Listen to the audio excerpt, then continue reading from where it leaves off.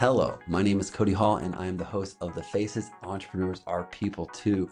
And today I'm welcoming DeDe Halfhill, a retired Air Force colonel, leadership consultant, and speaker who spent 25 years leading teams through high-stake missions before bringing those leadership lessons into the business world.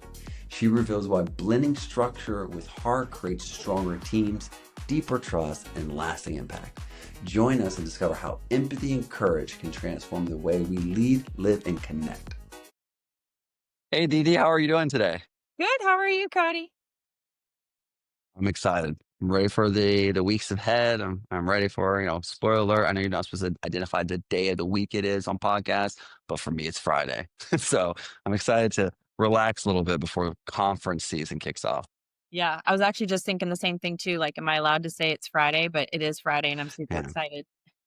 Well, maybe someone listening, it's Friday for them every day. And There you go. so you never know. So it's a good, I usually live, I used to say in the Marine Corps, the ideal deployment is that every day is Monday, but today, every day is Friday in this video. There you go. Yeah, yeah, that's true. Every day is Monday when you're deployed. Correct. Which is a horrible mentality, but that's neither here nor there. Before we rabbit hole, because I'm a king of rabbit holes, DD, let's start off by telling the listeners who we chatting with here today. Who's DD? Oh, yeah, that's such a hard question. It Such a hard question. interrogates everything. Um, who am I? I think at my core, I'm a person who, you know, bottom line, I spent 25 years in the military.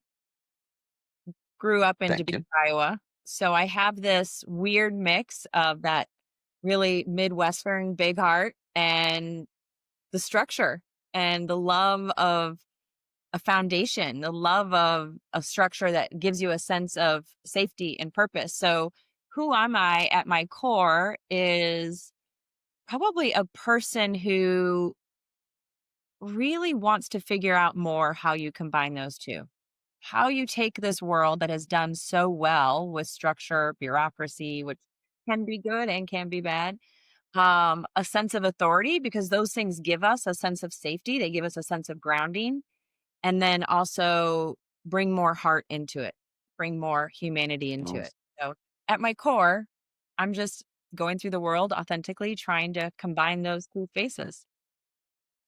no, that's an interesting perspective. It's such a challenging thing coming out of the military, right? And I grew up a military brat, right? Mm, So, and then I joined the Marine Corps, right?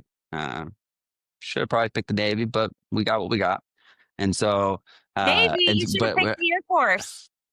that they didn't have the scores for the Air Force. So, I doubt it. but but they, when I just remember like a really profound moment for me after the military because I got married very young in the military, as Marines sometimes do. Right. And then I knew this person throughout my entire career. And afterwards, I was with the person. And when that fell apart, like, I remember I was talking to my therapist and she's like, who's Cody? Like, and I sat there and I was like, I was so stalled because to me, like Cody was a Marine. Like I was a Marine.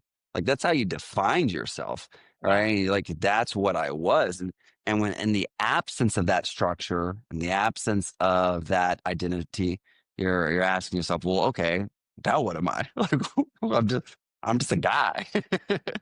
Yeah, and I think that question always kind of just pushes me back. I've never, I didn't go through the transition of military to corporate, so I didn't go through the corporate interview process. But, I've Right. watched tons of videos that kind of talk to you about how do you explain who you are. But fundamentally, I have a big problem with that because we're so complex. There are so many identities that we hold that Yeah. y how do you sum up who a person is in 60 seconds, 90 seconds? Correct. It's just we're so much more than that, and I think that's part of why we're stuck sometimes in the work I do, because we see people and we think that's who they are without the awareness of all the other things that, in your case, make Cody Cody. The things you Yeah. love, things you value, the experiences you've had. Like, you can't tell me who Cody is in 60 seconds. You probably couldn't tell me who Cody is in a year.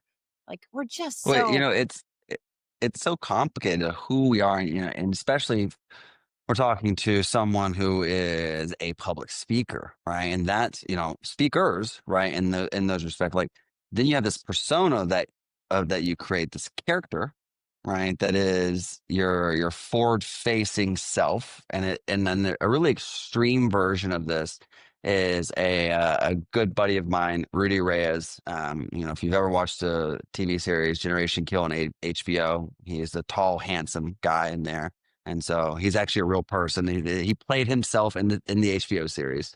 Very very impactful series for my generation of OIF and everything. And so during that time period, like, yeah, I was talking to him, I was like, Rudy, like, who are you? Like, when you're not Rudy. He's like, well, I'm Rudy. He's like, man, he's like, everybody wants a piece of Rudy. Everybody wants this Rudy all the time. He's like, so I'm this Rudy. He's like, I couldn't. He's like, we don't have enough time for me to introspectively review myself to figure out who Rudy is.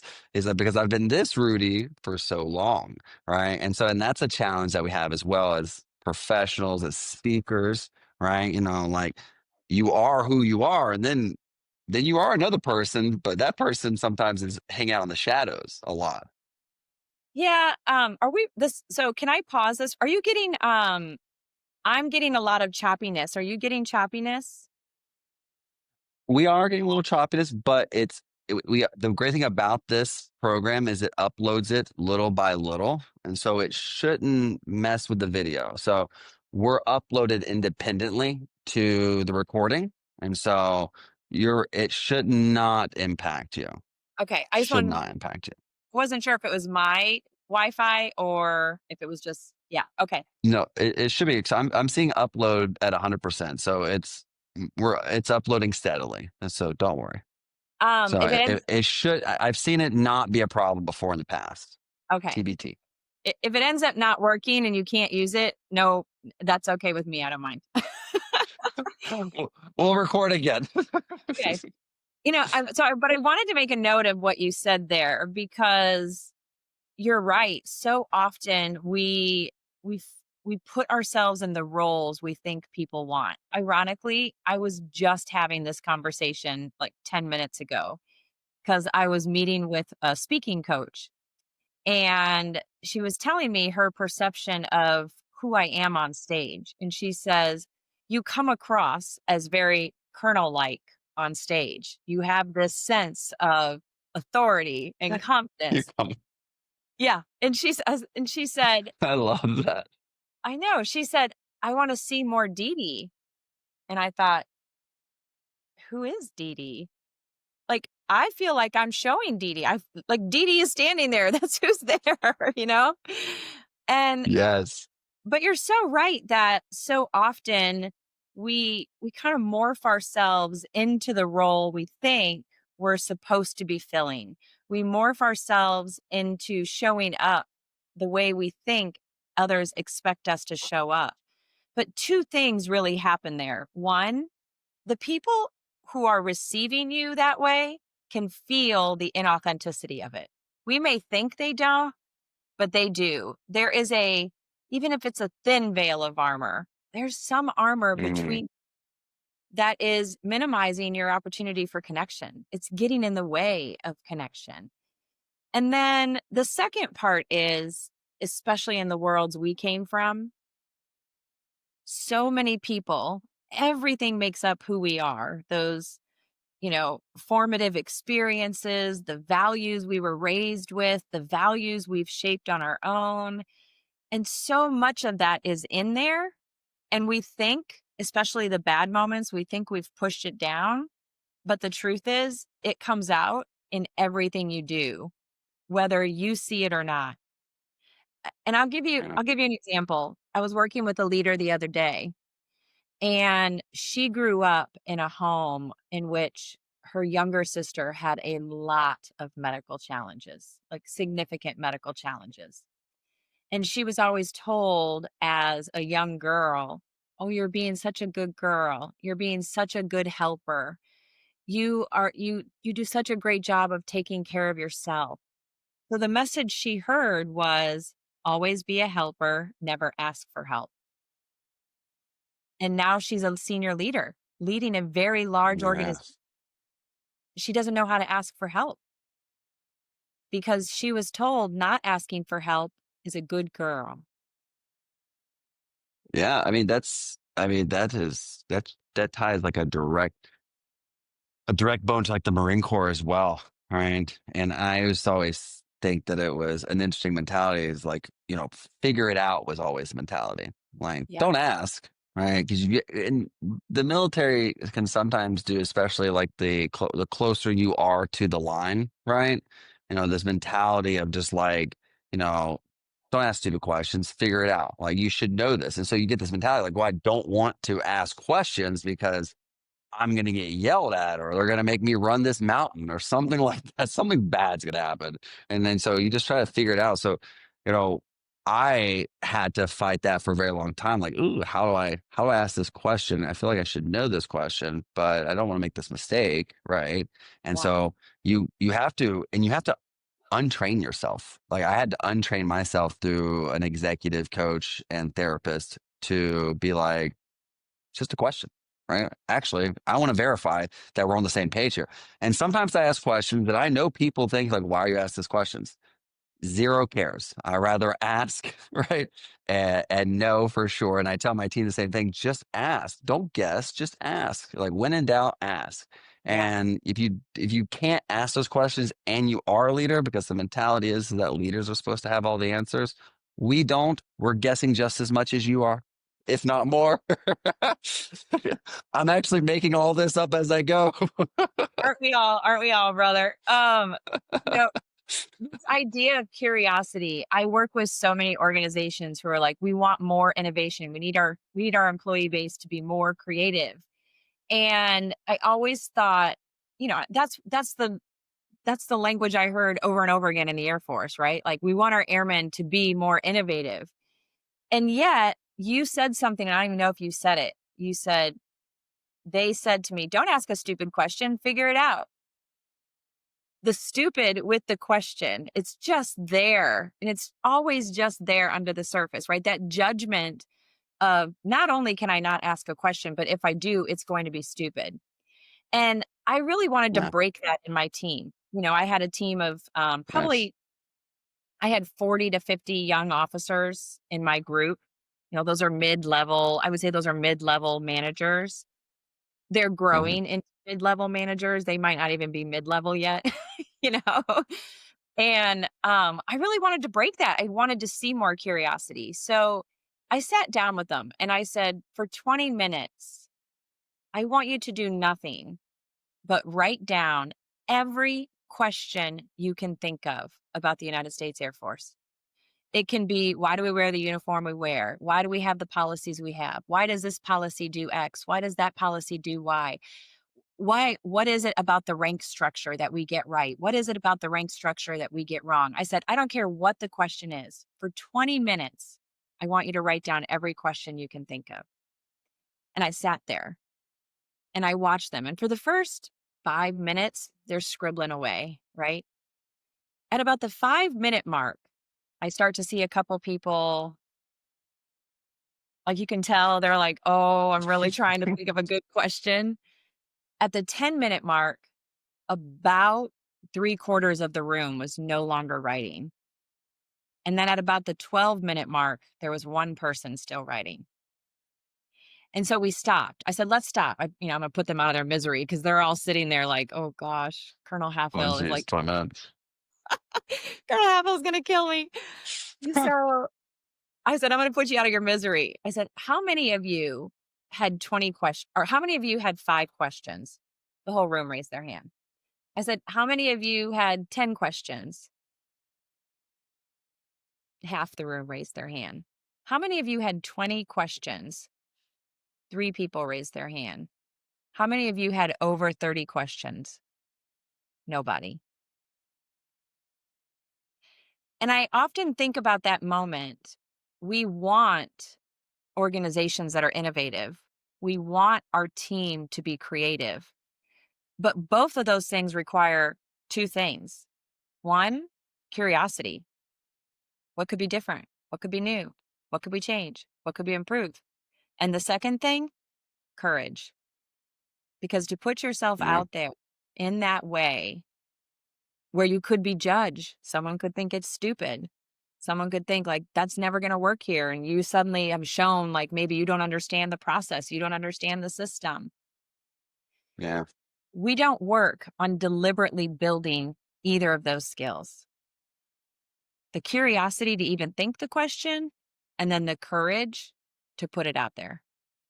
It's hard. No, that's and for me, it's such a balance too, because like I love the idea that anyone can ask a question. And I Mhm. operate in a telehelping, right? I've always operated in the mentality is like anyone can bring forth change and improvement, right? Mhm. And all that I ask that you do is that you think about what you're bringing forward. Just, put some thought into it. And I always tell people that the newest people who come on board, like your opportunity to see our opportunities is far greater than people who are inside the system already, right? Who are doing the things every day. Yeah. However, you have to, I always say, seek to understand first, right? Asking a question is like, oh, why is this blue versus making the statement, oh, we shouldn't be blue, right? Right. You can't say we shouldn't be blue if you haven't asked why is it blue, Yeah. right? And so if you don't know why it's blue, you can't tell me why it shouldn't be blue Yeah. because you have to understand first. And that's one thing that I'm painfully aware of. Like when I go into any circumstance or, uh, as you well know, when I'm working with new clients who sometimes are very challenged in leading people, creating processes and procedures, you know, they'll say, "Hey, I've used this system." I'm like, "Great," and I'm like, "Well, I could be like, I hate that system. Why are you using this system?" First thing that goes to my mind. They're like, "Okay, what is it about this system that has you using it? Like, why are we using this system versus like another option?" Right? Because if you don't ask that question, right, and most people go in there like, oh, go high level is horrible. Don't use go high level. It's a jack of all trades. It's bad at all of them, right? That's my first thought. However, maybe go high level is great for what they do, and he's going to explain it to me here in a moment, right? And I think that has to be paired with it as well. I think that I love the idea that you broke down that we're not training people to think about questions and we're not developing their courage to ask the questions, right? And sometimes I feel like people are skipping all those and they're going straight to telling you why something is not the correct way, right? Yeah. And I think that's where we land a lot of the times, and which creates a lot of issues because we're not developing the first two, the question and the courage. We're just having people telling us everything that's wrong or how it should be different, and then they don't understand. I think that's a challenge that I see quite frequently in organizations. Oh, 100%. And the other part of that I hear all the time is that person then gets singled out as a naysayer. Like, oh, Bob never wants to get on Bob. Bob never wants to get on board. Bob's always the one saying that will never work. Bob's always the one criticizing. And we label those folks and marginalize them because it's too annoying, right? We get so annoyed. Like as a leader, I got a big vision. I've got big change in mind. I can see the organization as it could be. And then Bob comes Yeah. along. What we don't do well is really digging into why does Bob have such strong feelings about what's happening. And here's what I will tell you. And I'm aligned with the work of Dr. Brene Brown, her Dare to Lead material. And one of the things her research shows is that the number one shame trigger at work, the number one thing that puts us into a space of, I'm not good enough, I don't belong here, or, I gotta, they're gonna make me think like, who do I think I am? So the number one thing that puts us in that space of uncertainty and imposter syndrome and all of those things is fear of irrelevance. It's Mhm. the number one thing. And if you think about any organization that is going through change, and who isn't? I mean, I was just talking again to a bureau this morning and she said, change and chaos, it's an evergreen topic. It's never going away. And I'm like, yeah, because that's what we do, right? We're humans, we're evolving, we're changing systems, technology, everything. But if Right. if the number one thing that puts us in a really hard space is fear of irrelevance. And as leaders, if we're not asking ourselves, who is that change sending a message of potential irrelevance? To whom Mm. in the organization is this change making wonder if they're going to have a place, if they're going to matter, if the way they've done things is still going to be relevant? And so I always think about Bob, and I go back to Bob and I think, is Bob so afraid of moving forward? Because to do so makes him question if what he's done in the past even matters. It makes him question if the experience he's had will even be helpful. And That is a really good question. right? And as leaders, we are terrified of going into the feelings because, oh, it's messy, it's scary, I'm going to get it wrong. But if we can't go into the feelings and have an honest conversation with Bob about his value, about his experience, about his contribution, if we can't get real with Bob, we can't get authentic with Bob, then we will spend all of our time fighting Bob. Yeah. Well, the thing is Bob is Bob's a good voice to have, but Bob's can be complicated because Bob's had value in the team, right? Yeah. Bob does something for the organization, and what Bob does is valuable, right? Which is why Bob's there. And so, then you have innovation and progress, which Bob is objecting to because that may make him irrelevant. But I think that what it comes down to is I'm going to follow this up with kind of an opportunity that I had when experiencing a Bob is showing us what the future for Bob looks like with innovation, right? And Yeah. being able to, our job as leaders is to make sure the picture's painted and everyone knows their place in the orchestra, right? And so that we can all be on the same tune. That we're all, as I say, from the recon days, they're all rowing the boat in the right direction, right? You don't want someone rowing backwards when you're all six people are rowing forward. And so, we recently had someone because we do a lot of interviews. Like we interview a lot of people, right? Wow. And I realized one element of our placement team is that they spent so much of their time calling people, right? Just to call people, to have a simple conversation with them, ask them 5 simple questions. And they spent so much time like, wow, there's a better way to do this, right? All Mhm. right. Of course, there's always a better way to do this because I want these humans doing things humans can do, right? And Mhm. so we implemented video interviews. So now when someone, we have the system review someone's resume and identify the necessary attributes. And if they match those attributes, they get a video, right? And you answer the video. And when they conduct the video, it's auto screening because if the person doesn't want to take the time to do the video, they're not for us, right? They do the video, they don't answer questions, they're not for us. They don't present themselves professionally, they're not for us. So we're eliminating so much that you can't even get from a phone call, and we're avoiding the phone call. But the problem is one of our senior account managers was like, wait a minute, this is the majority of my job, right? Yeah. Majority of my job is calling potential candidates. If I'm not doing this, what am I doing? Right. And my mentality was like, we'll figure that out. Right. We're going to have more time to focus on the people we do have on your team that you do currently manage, Yeah. innovating operations and how we proactively support them versus calling people.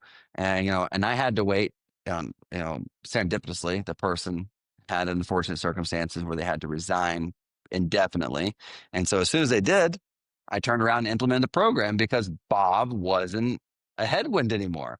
Yeah. But that for me, I was holding off putting that on because I was like, man, my Bob was really not for the program because that's where their value for their role was placed on that task I was seeking to automate.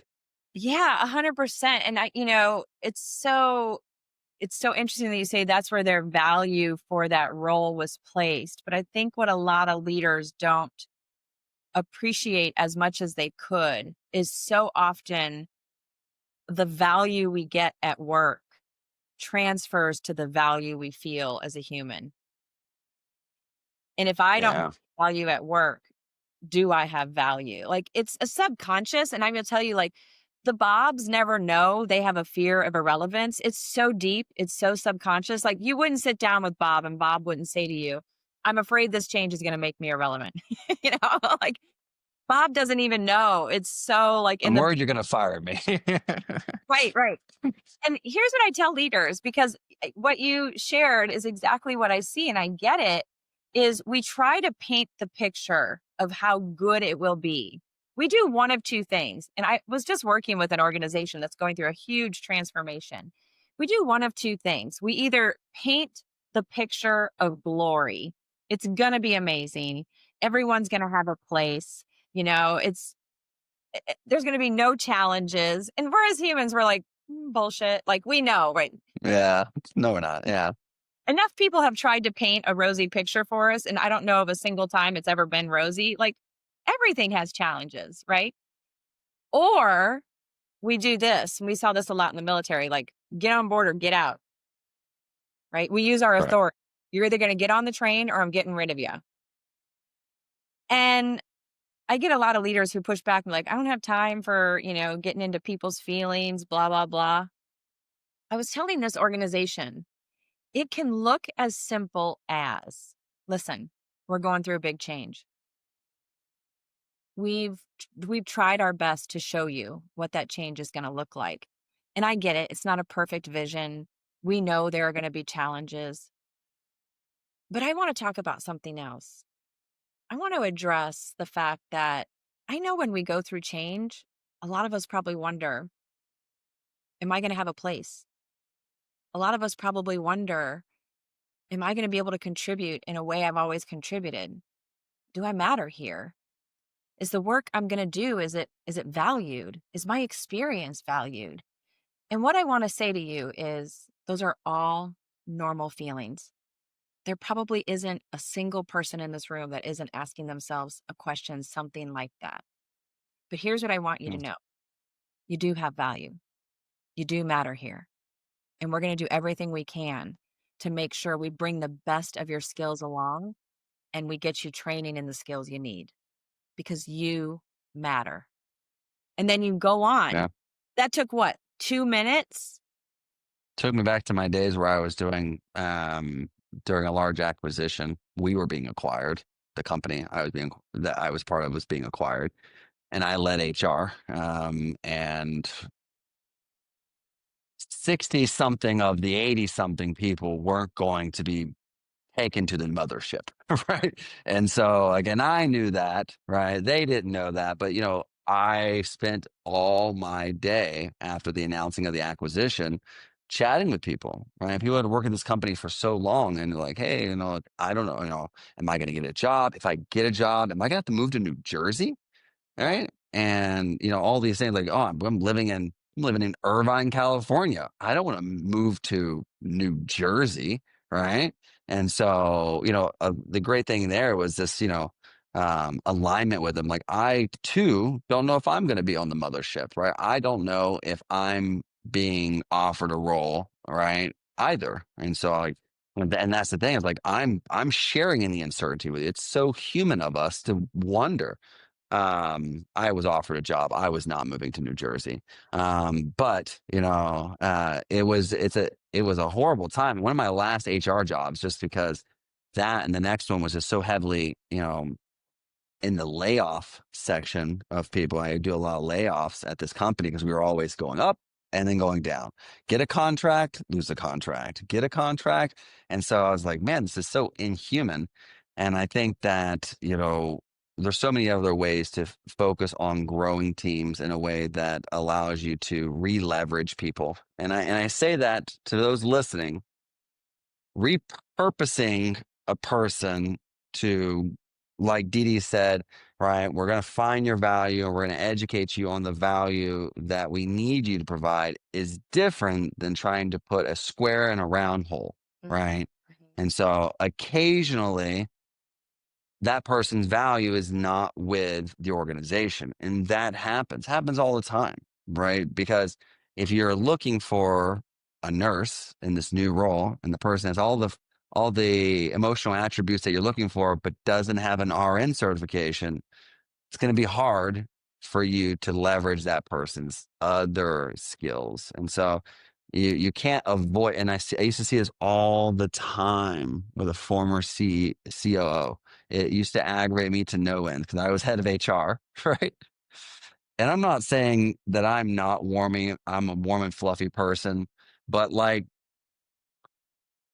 I'm like a honey badger. Like I'm cute, but I'll bite you, right? And so I was like, listen, you got to fire this person.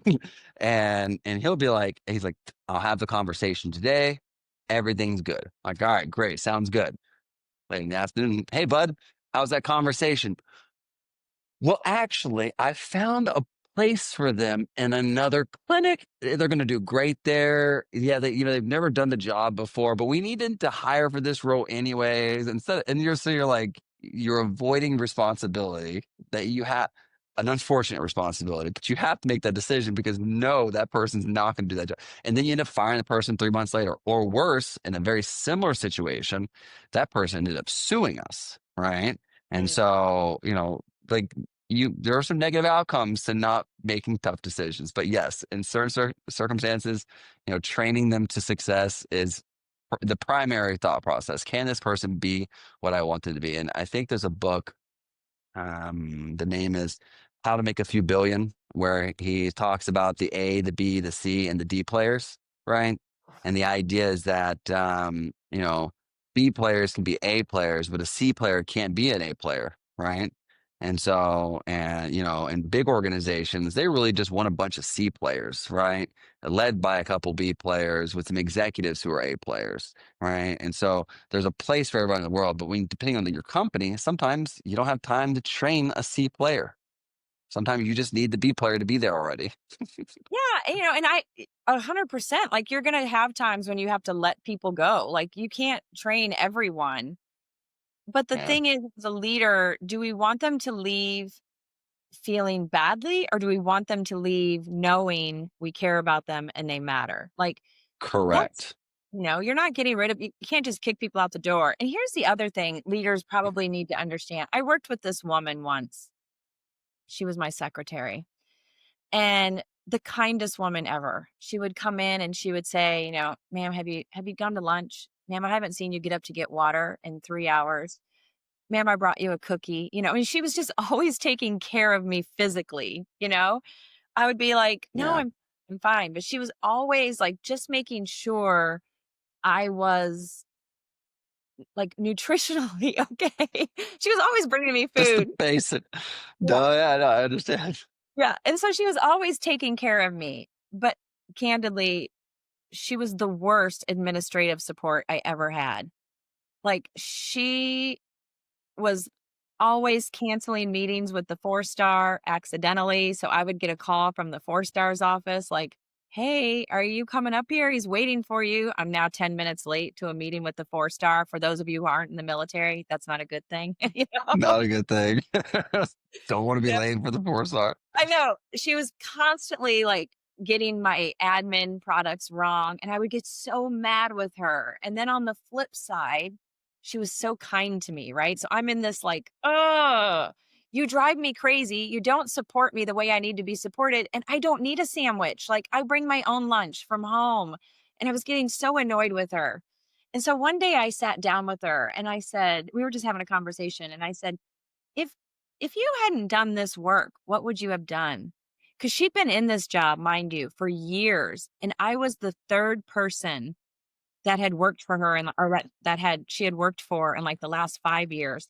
And every single one of those three, no, there were three before me. I'm sorry. Every single one of those three called me to tell me how much I should send her on her way. But none of them did. right? None of them did, but they're calling me now to tell me, like, you just need to get That's so someone, funny. you know? But here's the thing. I sat down with her and I said, if you had never done this work, what would you have done?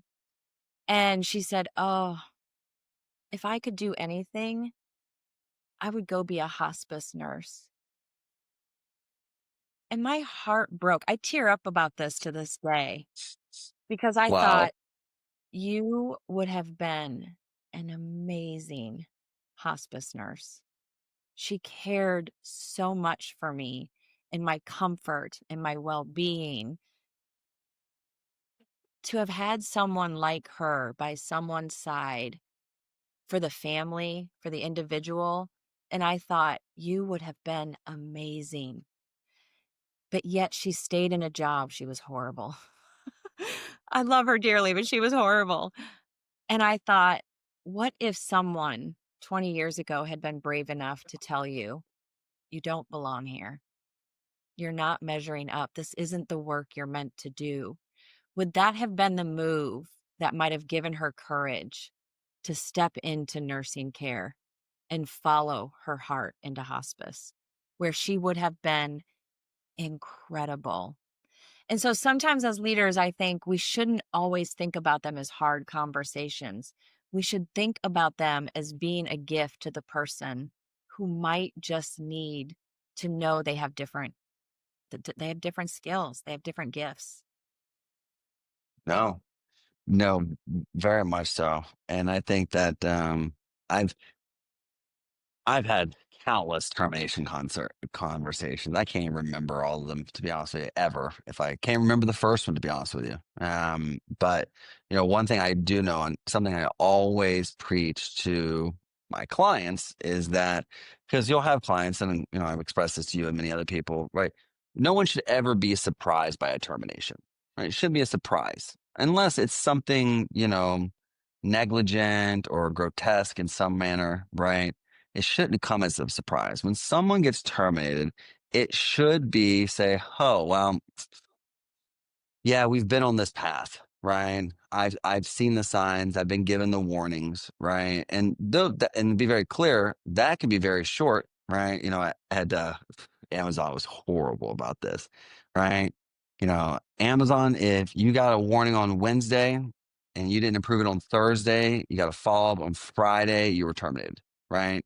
And so they hit you with a 1, 2, 3, right? Just like that. But sometimes it's elongated. Like I'm a big fan of 2 weeks. I'm a big fan of 2 weeks.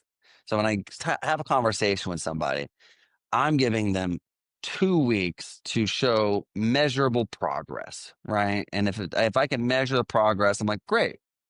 Because I understand, and I preach to my clients as well, it is better to improve what we have than to start over, right? And so if we have something worth hiring in the beginning, like let's improve them. Like, okay, they do this one thing wrong, or they do this thing here. Let's tweak it. Let's measure it again in 2 weeks, right? If it's progressing backwards in 1 week, we'll reassess. But those are things that always help a person when they do get to that end of the road, right? You're like, hey, this we tried, this is what we've done, and we didn't get there. And then oftentimes like, yeah, I know, I understand. And that should always be the termination route, right?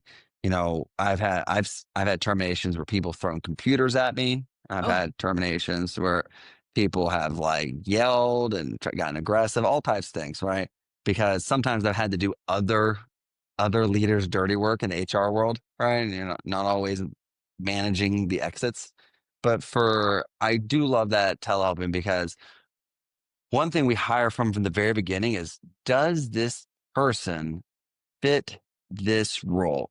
Are they an admin? Are they a secretary? mm-hmm. Or are they a hospice nurse? Right? We're asking ourselves that. And if they're a hospice nurse, we're not hiring them for an admin role, right? And so, and that's one thing that I'm always asking myself when I do like my final interview with everybody is like, is this an admin or is this a hospice nurse? And so, and I think that's an interesting question that you have to ask yourself is, does this person fit into this role? Where are their dreams? What were their ambitions? And why did they land here? Right. Yeah. And, for a lot of folks, it's survival, right? Like, I know why she got into admin. She needed a job to take Right. care of herself. And it was something she could do. She didn't love it. She wasn't great at it, you know. And somewhere along the line, she told herself she couldn't take the path of being a hospice nurse, whether that was financially, whether she didn't think enough of herself intellectually. There's just so many reasons. Like, the work I do with leaders is I work with almost primarily male dominated organizations. That's what I grew up in, right? Like, that's the world I learned That's the leadership military. authority. And I teach people how to take authority just 1% deeper into understanding humanity. How do you get to the root of who people are? How do you get to the root of what lights them up? The things that bring them joy, the things that excite them, the things that terrify them. How do you get to that just a little bit while maintaining your sense of authority, while maintaining the kind of environment you need to maintain so that you don't spend all your time cleaning up afterwards, you know? I mean, when you Correct. tell someone I don't know anything about Amazon's policies, but if you give someone a warning on Wednesday and they're gone on Friday, the very first question when you said that was, what does that tell the people around them about, can they trust this organization? Do they want to devote themselves to this organization? What are they going to truly give to this organization if Yeah. you literally get a notice on Wednesday and you're gone on Friday? Like, no one can improve in 48 hours. And not only that, Correct. but how clear was the behavior defined that needed to be improved? And I will tell you, most leaders I work with, part of the problem is we don't clearly define what success looks like. We say get better, but we don't define success. Do more, Correct. but what does the end state look like? No, absolutely. And I think that's why the world has people like you, right? And then us and a correct. It's job, job justification there. And same thing, if people had everything figured out, right?